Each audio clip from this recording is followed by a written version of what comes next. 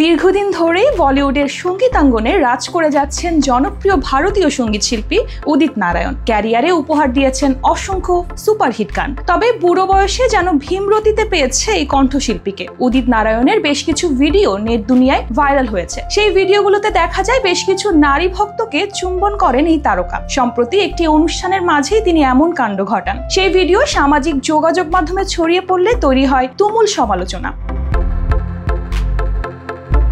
Viral সেই ভিডিওটিতে দেখা যায় উদিত নারায়ণ টিপ টিপ বর্ষা পানিতে পারফর্ম করার সময় একজন নারী ভক্ত প্রথমে সেলফি তুলতে এগিয়ে আসেন। পরক্ষণেই তিনি উদিত নারায়ণের গালে চুম্বন করেন। বিপরীতে উদিত নারায়ণও সেই অনুরাগীর গালে পাল্টা চুম্বন এঁকে দেন। তারপর একে একে অনেক নারী ভক্ত গায়কের সঙ্গে সেলফি তুলতে আসেন এবং তাদের সবাইকেই চুম্বন করেন উদিত। এতটুকুই নয়, হঠাৎ এক ভক্তের ঠোঁটেও চুম্বন করেন গায়ক। আর সেই ভিডিও রীতিমতো ভাইরাল সোশ্যাল হ্যান্ডেলে। তিনি যে জনসম্মুখে এমন কাজ করতে পারেন সেটা ভাবতেই পারছেন না অনেক নেটিজেন।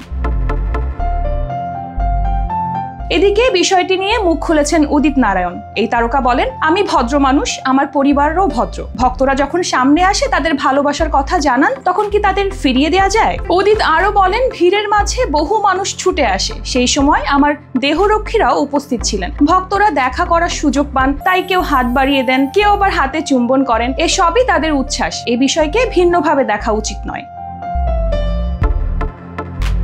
পাশাপাশি এই বিতর্কের পেছনে অন্য কোনো উদ্দেশ্য থাকতে পারে বলেও সন্দেহ প্রকাশ করেছেন উদিত নারায়ণ। উদিতের দাবি, এই ঘটনা কয়েক মাস আগে, কেন নতুন করে ভাইরাল করা হলো বুঝতে পারছি না। সম্ভবত কেউ আমাকে কলঙ্কিত করতেই বিষয়টি ঘটিয়েছেন। উদিত এও বলেন, এতে যদিও সাপে বর হয়েছে, উল্টো আমার জনপ্রিয়তা আরো বেড়েছে।